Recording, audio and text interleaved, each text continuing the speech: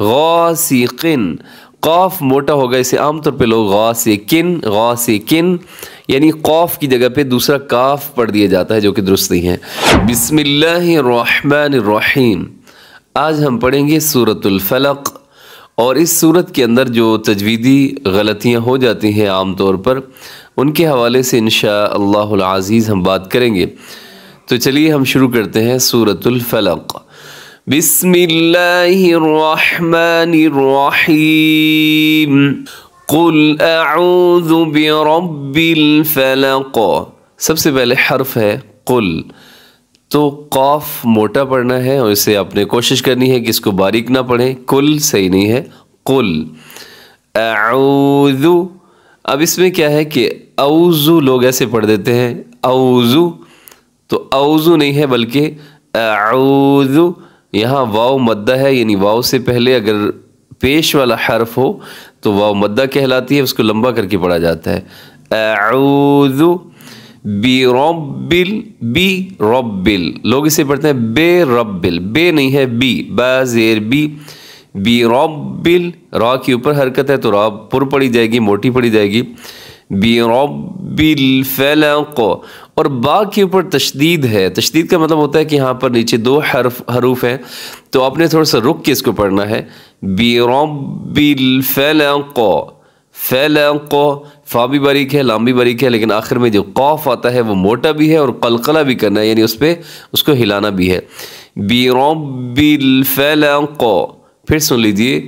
قل اعوذ برب الفلق، قل اعوذ برب الفلق من شر ما خلق۔ یہاں من پہ نون ساکن کے بعد شین ہے تو یہاں پہ اخفا ہوگا اور تھوڑا سا آواز کو اپنے ناک میں لے کے جانا ہے، من شر ما خلق، شری، را کے نیچے سے حرکت ہے تو را باریک ہوگی، ما کو تھوڑا سا لمبا کیجیے گا کیونکہ الف سے پہلے زبر ہے، الف مدہ ہے، ما خلق، خلق، خا موٹا ہے، لام باریک ہے، قاف موٹا بھی ہے اور قلقلہ بھی کرنا ہے۔ اس آیت کو پھر سن لیجیے گا، من شر ما خلق، خلق۔ آگے نیکسٹ آیت، وَمِن شَرِّ غَاسِقٍ إِذَا وَقَبَ۔ اس آیت کو بہت احتیاط کے ساتھ پڑھنا ہے کیونکہ اس میں ایک غلطی ہو جاتی ہے۔ سب سے پہلے تو اخفا ہے، جیسے پہلے آیت میں آتا ہے وَمِن، یہاں تھوڑا سا ناک میں آواز لے کے جائے گا، شرری میں را باریک ہے اور مضبوطی کے ساتھ بھی اس کو پڑھنا ہے، غاسقن، قاف موٹا ہوگا، اسے عام طور پہ لوگ غاسقن غاسقن یعنی قاف کی جگہ پہ دوسرا کاف پڑھ دیا جاتا ہے جو کہ درست نہیں ہے۔ تو قاف جو ہے حروف مستعلیہ ہے، ان کے اوپر حرکت ہو نیچے حرکت ہو، ہر صورت میں ان کو موٹا ہی پڑھنا ہے، غائن کو بھی موٹا پڑھنا ہے اور ساتھ الف ہے، الف بھی ساتھ ہی موٹی پڑھی جائے گی، غاسقن غاسقن اذا وقب، اذا لمبا کرنا ہے، الف سے پہلے ذال کے اوپر زبر ہے یعنی الف مدہ ہے، اذا وقب، قاف موٹا ہے، با قلقلہ کرنا ہے کیونکہ با کے اوپر، یہاں با کے اوپر وقف کی وجہ سے جزم آ جائے گی تو ہم اس کو قلقلہ کریں گے۔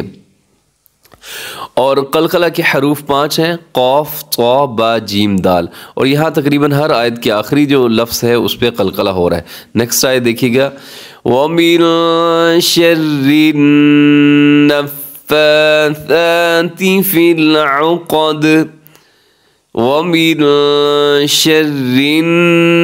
نون مشدد ہے، شَرِّ، نون مشدد پہ غنہ کیا جاتا ہے اور اسے غنہ زمانی کہا جاتا ہے، یعنی اس پہ تھوڑا سا ٹائم لگتا ہے، ایک غنہ آنی ہوتا ہے، ایک غنہ زمانی ہوتا ہے، تو یہاں پہ تھوڑا سا جس پہ ٹائم لگتا ہے یہ غنہ زمانی ہے، شَرِّ النَّفَّاثَاتِ